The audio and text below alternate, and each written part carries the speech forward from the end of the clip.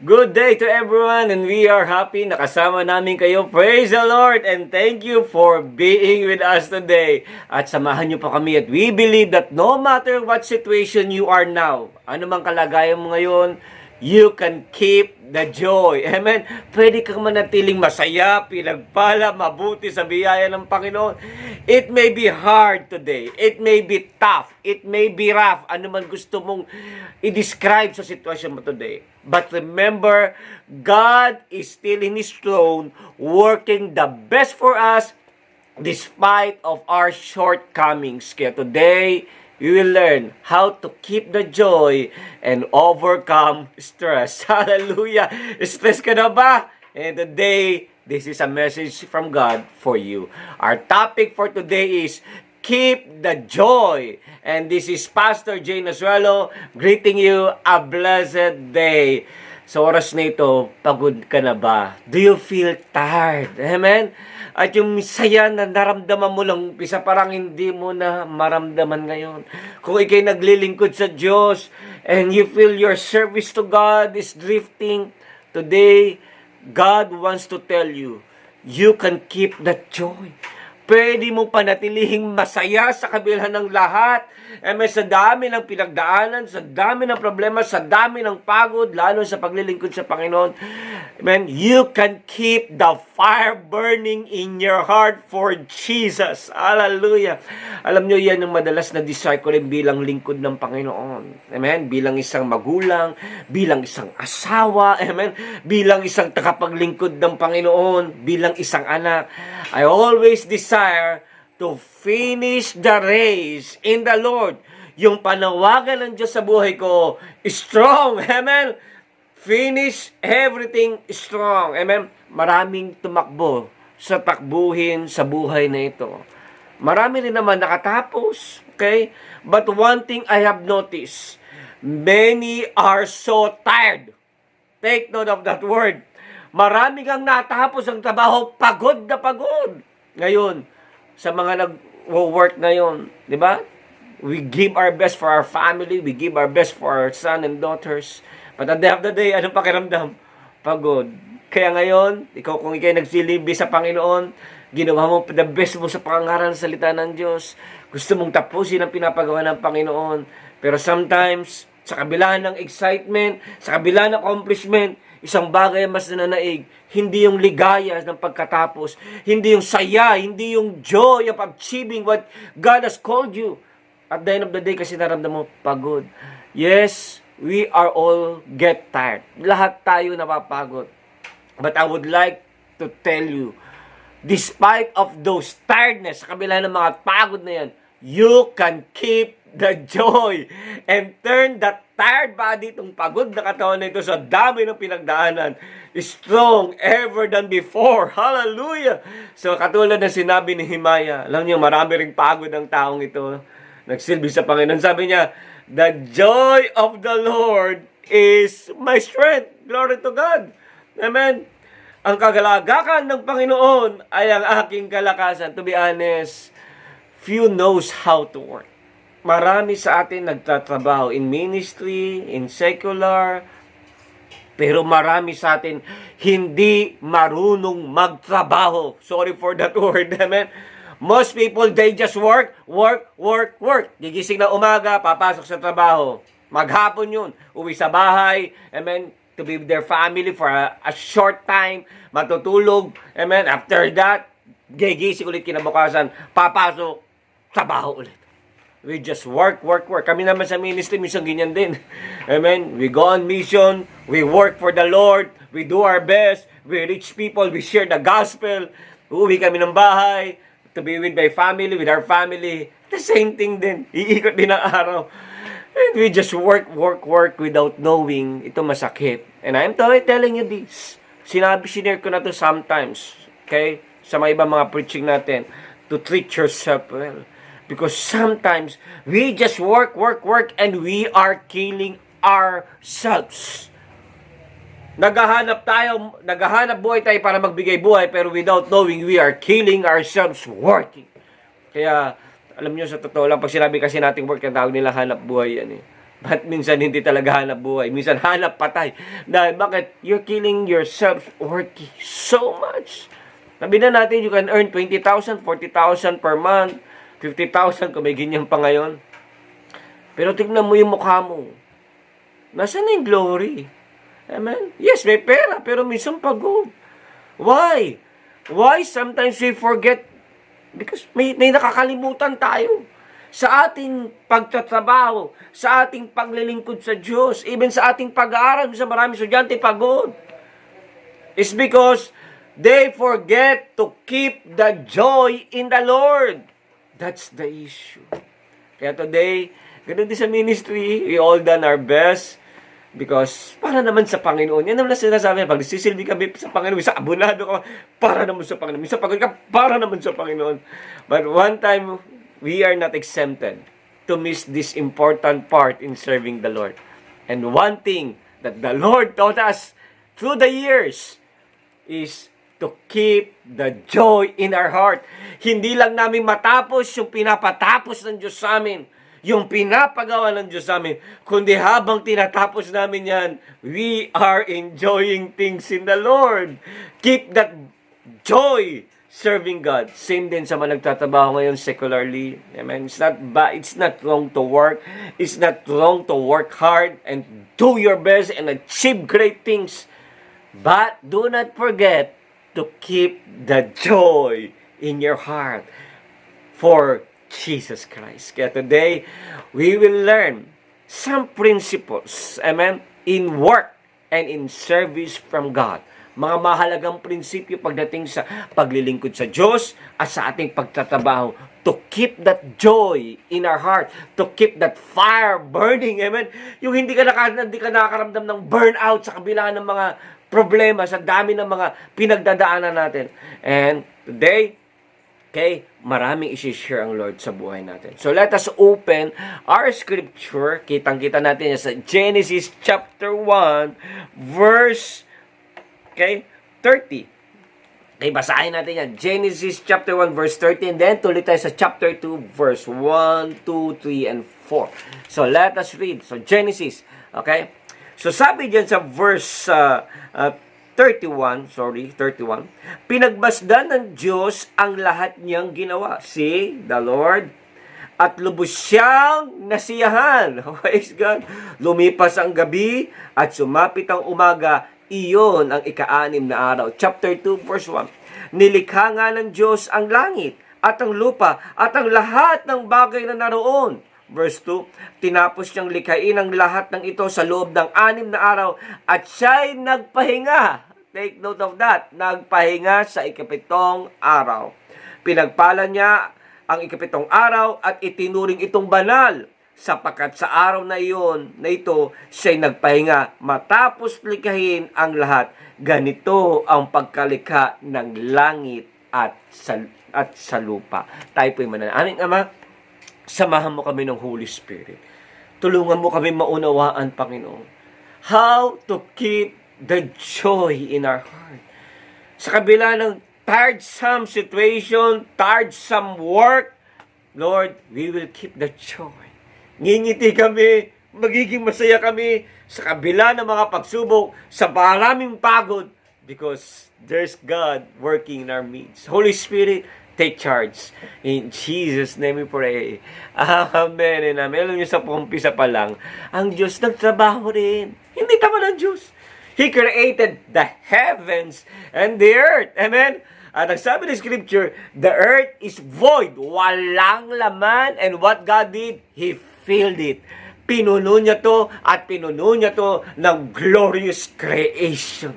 At kasama ka doon. Amen? Pero tignan mo sarili mo. God created you glorious. Why you look so tired right now? Amen? Why you look so hopeless right now? So today, we will look how God worked. Amen? So we could learn from Him the principle of work and to keep the joy in God burning in our heart hanggang siya'y makarating. Hanggang sa kanyang pagbabalik. So our team, how to keep the joy in service and overcome the stress of life. So, number one is enjoy God. That's very important thing. Dami nating dinadaanan. Ang daming problema. Ang daming tatapusin. Ang daming hinaharap. Pero isang bagay ang dapat mong gawin. You just enjoy things. Pastor, paano mag-i-enjoy ang daming pangangailangan? Pastor, paano mag-i-enjoy ang daming problema? Okay? Sabi ng scripture dyan sa Genesis chapter 1 verse 3 and 4. Then God said, let there be light. And there was light. And God saw the light was good. Pasinin niyo ang Panginoon. When God created things, yes, may isang ginagawang Diyos. God was enjoying what He was doing. Kaya yung tanong nyo, sa pastor, daming problema. Yes, maraming problema. Hindi na mababago yan. Sabi nga ni Jesus sa John chapter 16, verse 3, sa mundong ito, marami tayong kapigatian. Pero sabi ng Panginoon, laksan mo ang loob mo. Napagtagumpayan ko na ang mundong ito. If Jesus is victorious in this world, so we are in Christ. So what we need to do, despite of a toilsome work, amen, mga nakakapagod na sitwasyon, nakakapagod na mga bagay na nangyari sa buhay natin, one thing we need to do, we keep the joy. Keep enjoying what God is doing. Yes, itong sitwasyon na pangit. Pero naniniwala ko sa bawat pangit na sitwasyon, may ginagawa pa rin ng Diyos na mabuti. Hindi mo man ma-enjoy ito, but you need to enjoy these things, what God is doing in your life.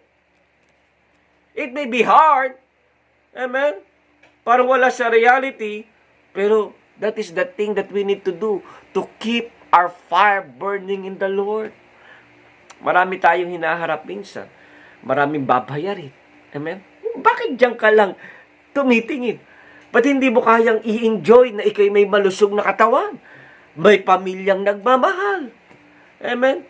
If God enjoys, sino tayo? Sinasabi ko, sino tayo of not enjoying what we are doing for Him? Kaya nga, tandaan nyo to, para mag-enjoy kayo sa lahat ng ginagawa nyo. Pag nagtrabaho kayo, gawin nyo para sa Diyos. Sabi nga ng Colossians, in everything you do, do it for the glory of God. Kaya kapag sa trabaho, nagtrabaho ka, napagod ka, Lord, para sa ito. Amen. Hindi to para sa boss ko. Hindi to para sa akin. Hindi to para sa promotion. Hindi to para sa paglaki ng aking sahod. This is for you. At tuwing dinededicate mo yung ginagawa mo sa Panginoon, amen, I do believe that joy is restoring your strength because the joy of the Lord is my strength. Alam niyo sa amin, paglilingkod minsan sa paghayo namin sa Bataan, sometimes hindi madali. Amen? The reality is, napapagod din kami sa pagbiyahe. At hindi lang at napapagod din kami sa pangangaral, pag-iikot, pag-share ng gospel. But, may pangangailangan pang dapat punuan. But what make us keep doing it? Bumabalik-balik kami sa lugar ng doing what God has called us to do there. Because we are keeping the joy. Hindi namin tinitignan na yung pagod. Hindi namin tinitignan yung ginagastos. Ang tinitignan namin ay ang kagalakan ng Diyos na nagbibigay sa amin ng kalakasan. Ganun din, maging spiritual o secular, gawin natin ito. Let us work not for us. Let us do it for the glory of God. Amen? Ulitin ko sinabi ng Colossians, do everything for His glory. So if we are doing it for God's glory, amen? Paglilingkod natin sa Panginoon, o secular jobs man yan, we should do it with smile, with joy, amen, in our hearts. Kasi sa Panginoon eh. Kaya let us admit it, sometimes we forget to enjoy life in Christ. Yan ang talagang pinakabagay. We just pursuing. Sabi nga nito, sometimes we endure until we are injured. Dapat hindi ganun. We endure what we are doing so that we could enjoy it. Yun. Amen? Ma-enjoy natin, hindi tayo ma-enjoyed. Kasi minsan we are so focused doon sa ating goal, sa vision natin. Hindi masama yun. Amen? But sometimes we forget to enjoy what we are doing for God, for our job, for our family. Amen? Yun minsan ang nawawala. Yes, they have. Sometimes may mga lapses ang boss mo, may lapses ang family mo. May lapses yung mga taong pinaglilingkuran mo. But don't focus on those things. Amen? Focus on what you are doing. Amen? Amen? Tumingin ka doon sa mas magandang side. Yes, they may have some lapses. But you need to keep enjoying what you are doing. Alam nyo, minsan sa lahat ng ginagawa natin, ito ang kulang. We forget to smile. Amen? You forget that God is working through you. Kaya nga, sa lahat ng nangyayari sa buhay natin, huwag mong kakalimutan niya. To keep the joy. That God is working in our midst. It may be tough, it may be rough, whatever it may be, God is there in His throne, working the best for you. You may have some shortcomings with the Lord, but there's God. He's still there working, buhay ka pa. At may gagawin ng Diyos. Sometimes kasi, we are so perfectionist. Yung kasi issue eh. Kaya hindi natin ma-enjoy ang buhay. Minsan, kapag yung gusto natin gawin, okay, hindi ganun ang nangyari. Galit ka na sa mundo. Galit ka na sa sarili mo. Galit ka na sa lahat. Amen? We need to change that kind of attitude. You're making your life like hell. I tell you. When you flare up because something is wrong, something does not meet your expectation, does not fit the things you want, you flare up and you make your life like hell. Pero tandaan nyo to, sabi ng Scripture, Proverbs 16 verse 1, we can make our own plans, but the Lord's give the right answer. It is still the Lord. Kaya you need to be willing to adjust what God has doing in your life. Ito gusto mo, pero ito naman pinaplano ng Diyos. You need to be willing to adjust and enjoy what God is doing. Hindi mo alam kung saan ka pala nirurutan ng Diyos, yung palang pinakamadaling daan para sa iyong tagumpay, paabot sa iyong pangarap. Amen. Sabi nga pa ng Proverbs chapter 16 verse 9, we can make our plans, but the Lord determines our steps. Yes, yeah. The Lord recognize what you want, and it's the Lord, amen, who work out that you will able to reach those plans. Ang liwalang sinabi. Kaya nga, God knows everything. Kaya today, kung alam pala ng Diyos, enjoy mo lang ang buhay. Daming ups and downs. I do know it na may iba sa inyo dumadaan dyan. Some of you right now are very down sa kanilang sitwasyon. But despite all those things, don't forget that you keep enjoying this life. Yes, may problema, but you need to keep the joy. May Diyos pa. Amen? Amen? You just enjoy what you are doing for Him, for God, and always do your best para sa Lord too. Amen? If you have some lapses with God, it's right time to return to the Lord and enjoy what God has prepared for you. Amen? Sabi nga ng Scripture, commit your actions to the Lord and your plans will succeed. Proverbs chapter 16 verse 3. Kaya today, work in the Lord with smile. Kahit may negosyo ka, secular man yan, you still work for the Lord, committed to the Lord. And smile. Amen. Praise God. Kaya keep enjoying life in Christ. I tell you, I'm not telling you to go back to your old lives na nightclub. Not that kind of enjoyment. But what I'm telling you today is enjoy your life doing the will of God. As we are in Him, as we serve Him, as we work for Him, for His glory, amen, we keep that joy. Kaya mo sa buong maghapon, amen, wag mong papayagang matapos ang araw na natapos at bagsak ang balikat at sabi mo, pagod. No, don't end the day with that way. Amen? Maaring pagod man, but you sit down and say, Lord, with a smile, thank you for giving me an opportunity to serve you today. I love you in Jesus' name. Amen? Keep that joy. Amen? Remember, joy starts to flow when you do the will of God in your life. Nagiging malungkot lang naman kasi ang buhay. Pasensya na kayo. Kasi minsan may mga ginagawa tayo na labas sa kalooban ng Diyos. nananatili tayo sa mga bagay na mali, kaya nagkakagulo-gulo ang lahat. But if you will choose the will of God, amen, in your work, in your ministry, in your job, in your family, the joy will flow, and the joy of the Lord will be your strength. Remember, as you enjoy working with God, you're not just working using your strength. Pag nag-enjoy ka kasi, hindi lang sarili nila kasi, lalo na sa Panginoon. Your strength comes with God. You depend on the power of God to fulfill the best in your life. Amen? Kaya nga, pag iniwan nyo yung joy, amen, sa buhay nyo, parang sinasabi mo, kaya ko ang lahat. Very self-centered yun. Yun ay kayabangan. And we know, sabi ng Panginoon, God opposes the proud and honors the humble. So today, God challenge you, humble to God. Work your best. Rely to His power. Amen? To work out things in your life. And makikita nyo na lang yung success sa trabaho nyo. Yung fruits of your labor. And you will enjoy your work in the Lord. Amen? Alam nyo po, ang taong nag-enjoy, hindi nagre-reklamo. Because the joy surpasses pain. Amen? Kaya nga, if you ask me, kung totoo, yes.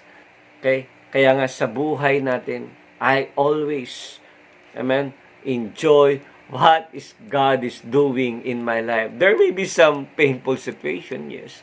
But I keep on enjoying what God is doing in our life.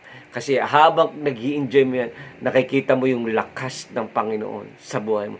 Remember this, even you're tired, doing a lot of things, facing a lot of troubles, facing a lot of difficulties, don't forget to smile and sing praises to our God who is holy and blessed.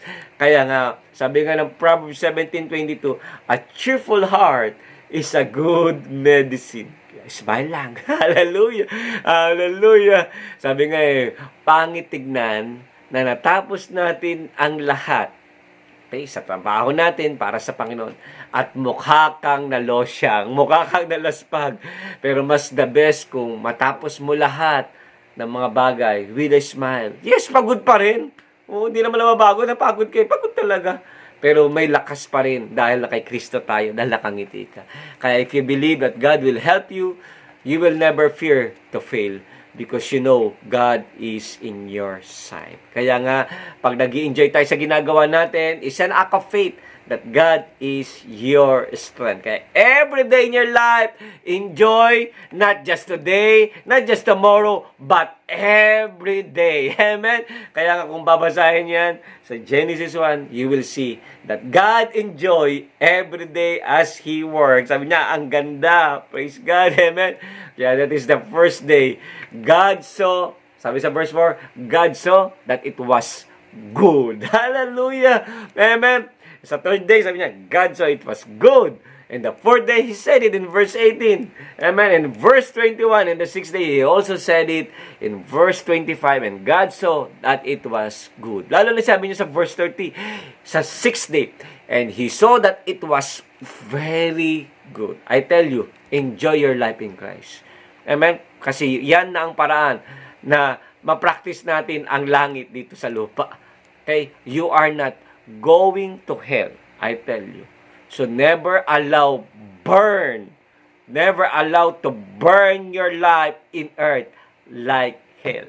Amen? Because of what you are doing. So rejoice in the Lord. Start to smile and enjoy your life in Christ, serving Him. That's number one. And number two is you appreciate the work. Amen? Appreciate the works of God in your life. Minsan kasi yan yung missing natin. Amen? You enjoy what you are doing, and at the end of the day, do not forget to appreciate what you have done for God. What God has done for you. Amen? Sabi nga ng scripture dyan sa verse 7, then God looked all over He has made, and He saw that it was very good. What God is doing? He appreciates. God knows how to appreciate His works. Kaya kayo rin. Amen. Dapat ina-appreciate nyo rin yung mga natatapos nyo. Kung naging mabuti kang magulang sa inyong mga anak, i-appreciate mo rin. Lord, thank you. Naging mabuti akong magulang. Amen. Kung nakapagod ka, nag-abot ka sa asawa mo ng pagpapala, ng blessing, ng sahod mo. Amen. Lord, thank you. I appreciate. Na-bless mo ko para magkaroon akong blessing sa family ko. You start appreciating things up. Amen. Alam nyo, tayo mga anak ng Diyos, we are son and daughter of God. And we need to appreciate what God is doing in our lives. Yan kasi minsan nakalimutan natin, sometimes we just do our work and finish it. Tapos na. Amen. Higa ka na lang, tapos na, Lord. Thank you. But sometimes, something we forget. We forget to appreciate what God has done for us. Kaya minsan nagiging malungkutin tayo. Madali tayo mapagod. Kasi nakakalimutan mo ma-appreciate. Ang nakikita mo lang yung kulang. Hindi mo nakikita yung ibinigay. Hindi mo nakikita yung natapos. Hindi mo nakikita yung gagawin ng Panginoon. Yes, may pangit na dumarating. Pero sa likod ng mga pangit na pangyayari, naniniwala ka dapat na mayroong maganda sa likod ng mga bagay na yan. And that's the way we appreciate the works of God in our life. Kaya nga, sometimes we just aim to accomplish things. Yun kasi ang nagiging problema. Kaya nararamdaman natin pagod, walang saya. Minsan natapos na nga natin, successful na eh. Pero minsan di pa rin tayo masaya. Hindi pa rin tayo nag-enjoy sa lahat ng ginawa natin. Parang, Pastor, kulang pa. Parang kulang pa. Parang hindi natin masaya pa. Admit this. Ito yung attitude na nami-miss natin. We forget to appreciate what God did to us, to you. Yun ang nami-miss. Nakakalimutan may appreciate. Pastor, kulang pa.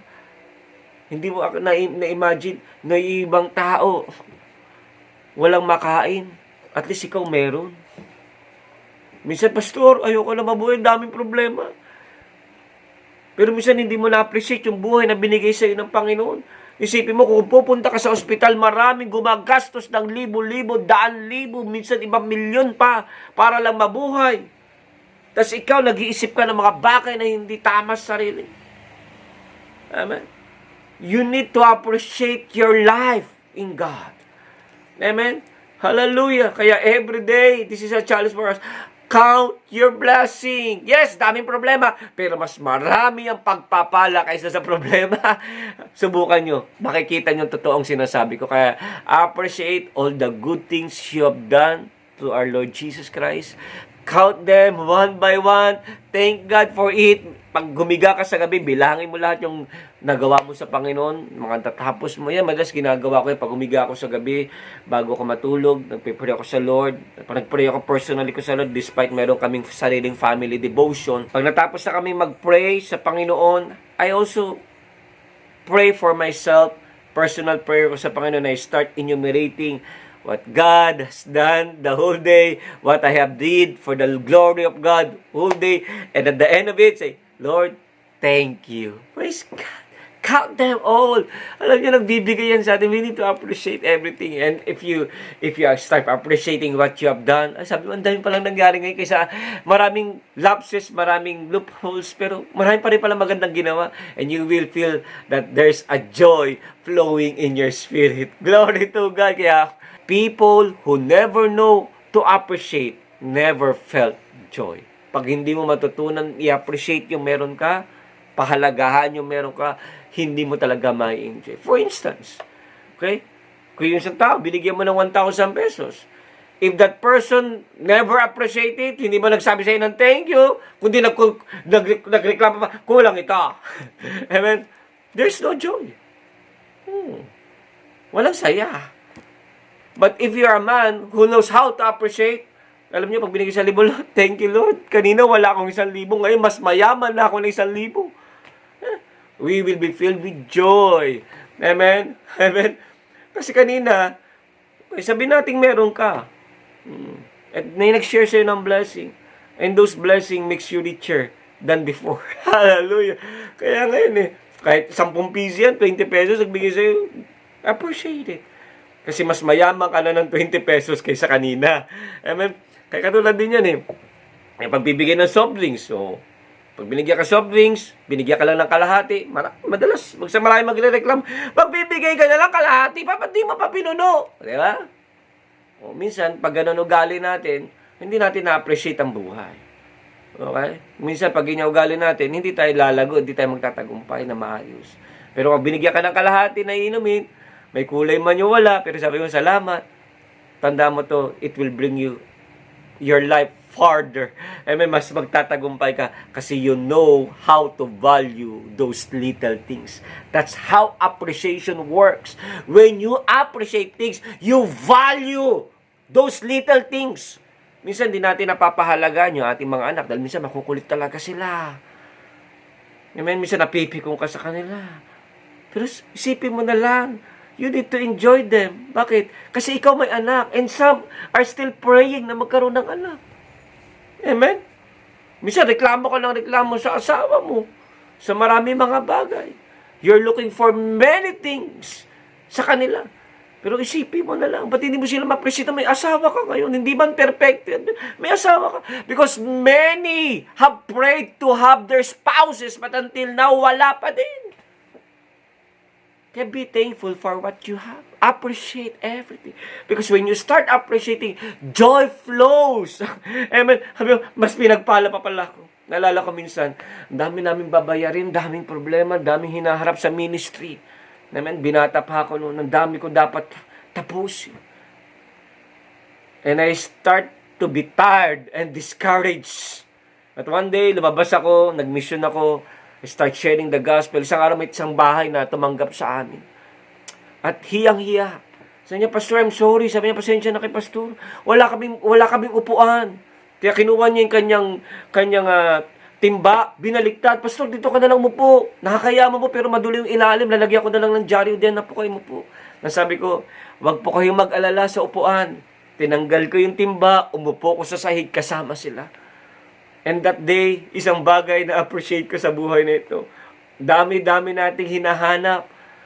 Pero mas mapalad pa tayo sa iba kung susumahin. You are so blessed more than others. Kaya be thankful, appreciate what you have. Kasi kung hindi mo may appreciate yan, isang araw lahat yan mawawala sa iyo. Because you don't know how to value what God has given to you.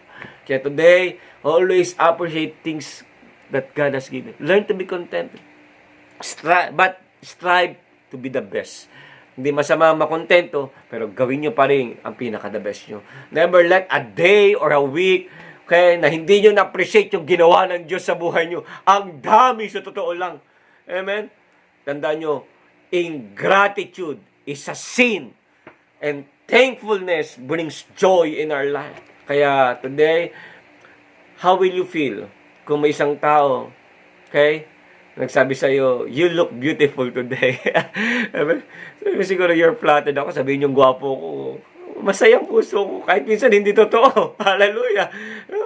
Because, may nag-appreciate sa'yo. Like that, amen, we need to do the same. Kaya sa buhay natin, I challenge you, appreciation is an act of encouragement. We start appreciate what God has done for us, nagkakaroon tayo ng encouragement to do more for God. Kaya salamat sa pagkaya, pero this is a thing na gusto ko i-remind sa inyo. This is a very personal word that the Lord taught me. If others or people around you did not appreciate what you are doing, ginawa mo the best, pero hindi na pahalaga ng asawa mo, hindi na pahalaga ng boss mo, hindi na pahalaga ng anak mo, hindi na pahalaga ng mga taong pinaglilingkuran mo, yung ginawa mo. But do not be discouraged. Keep on doing the best because I believe nakita ng Diyos yan and He knows how to appreciate you in His proper time. Hallelujah! Kaya nga today, that is a wonderful motivation sa buhay natin. Okay? Now we need to keep on, appreciating what God has done for us. Appreciate what God has done in your life. Kasi na pag natutunan nyo ma-appreciate yan, God will work, amen, in your life.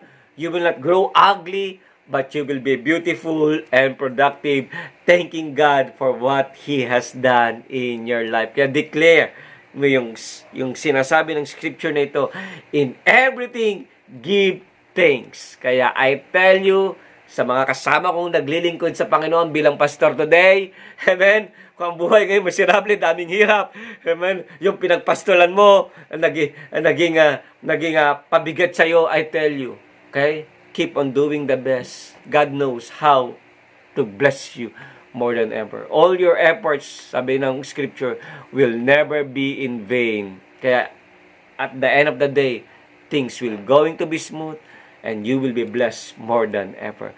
Tandaan nyo, ang buhay ay hindi miserable. Miserable man ngayon, pero life is not miserable. Life is beautiful because you have still God. Meron pa rin tayong Diyos na sa kasama natin. Kaya keep the joy in service. Appreciate what God did for you.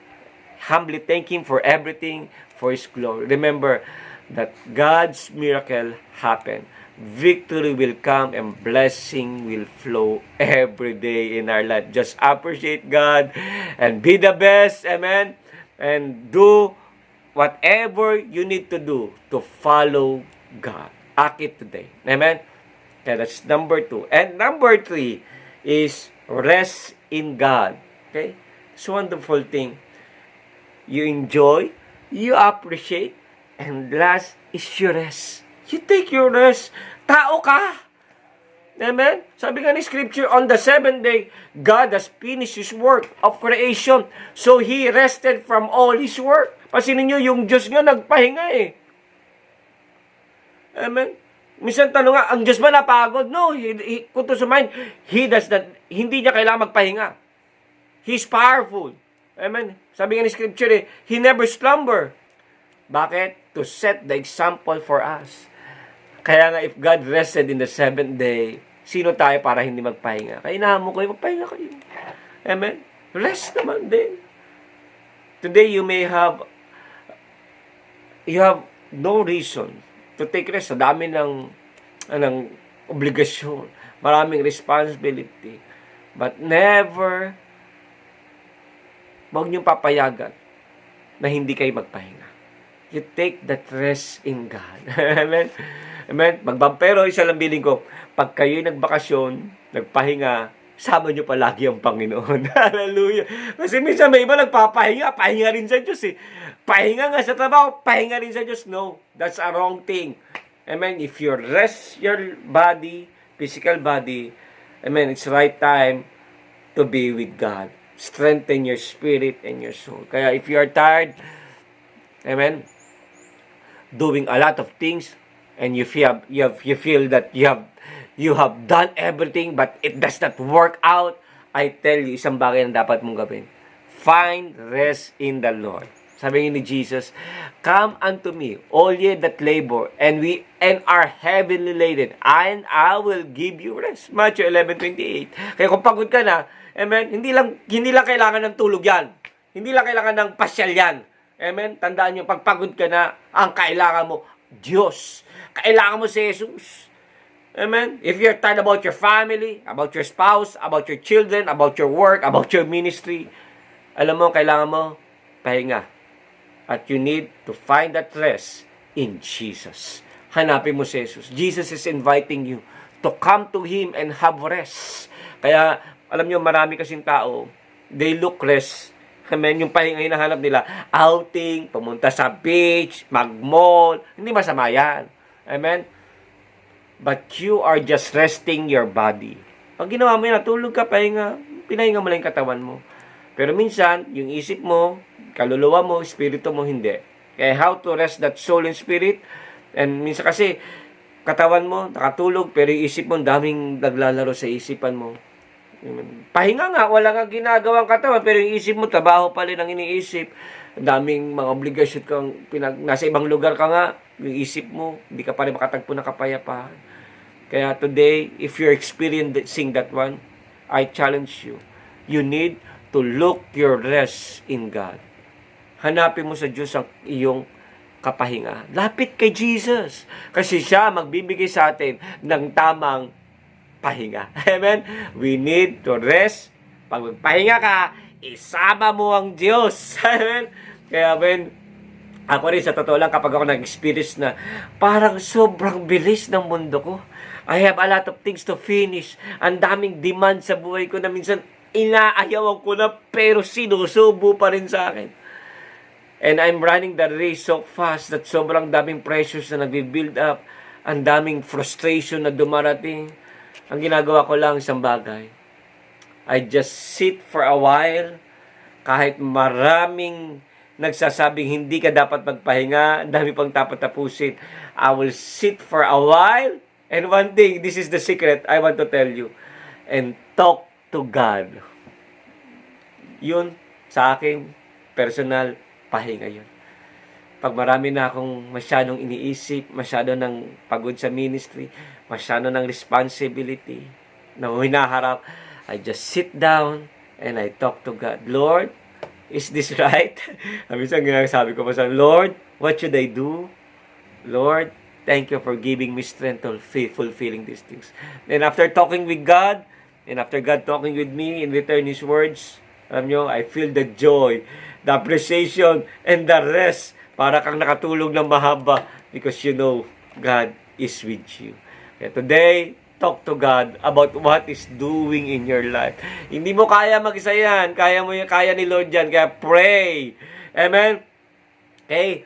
Alam niyo po ba sa mga bagay na yan, it will energize you like me, and it builds me up again. Kaya only God can give rest in our soul and our spirit. Kaya nga, lapit tayo sa Diyos. Lapit tayo kay Jesus.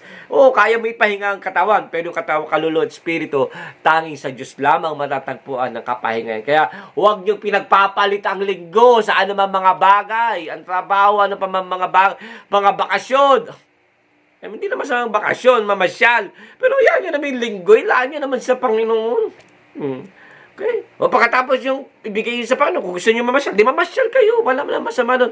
Mahalaga, inunan nyo ang Diyos. Kahit kasi maipon nyo lahat ng maraming pera, makuha nyo lahat ng pera ng buong mundo. Okay? At ma-enjoy nyo lahat ng meron sa mundong ito. Hindi nyo kayang i-compensate ang isang masarap na relasyon sa Diyos. Remember that. Kaya, give your time to God. Seeking rest from Him brings you more productivity in the coming days na harapin nyo.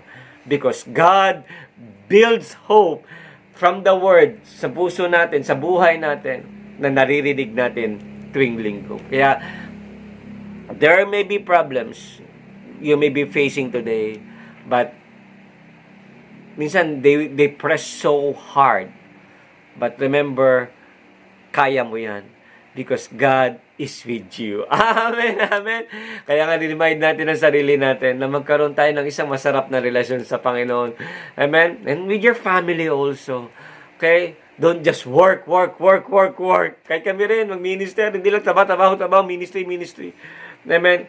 Yes, para yan sa Panginoon, pero we need to have time with God personally, with our family, at ganun din sa ating sarili. Kailangan natin yan.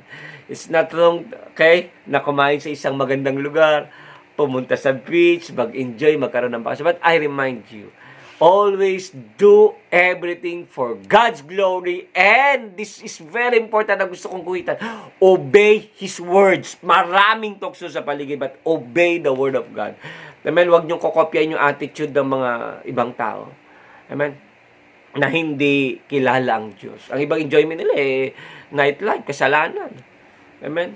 Kaya nga, I'm challenging you. Rest in the Lord. Amen? Always find ways to enjoy Jesus. Don't just work 7 days a week. Okay? Make always a point that you will have time to read your Bible, to pray, and attend church, and have fellowship. Amen. Walang pwedeng pumalit dyan.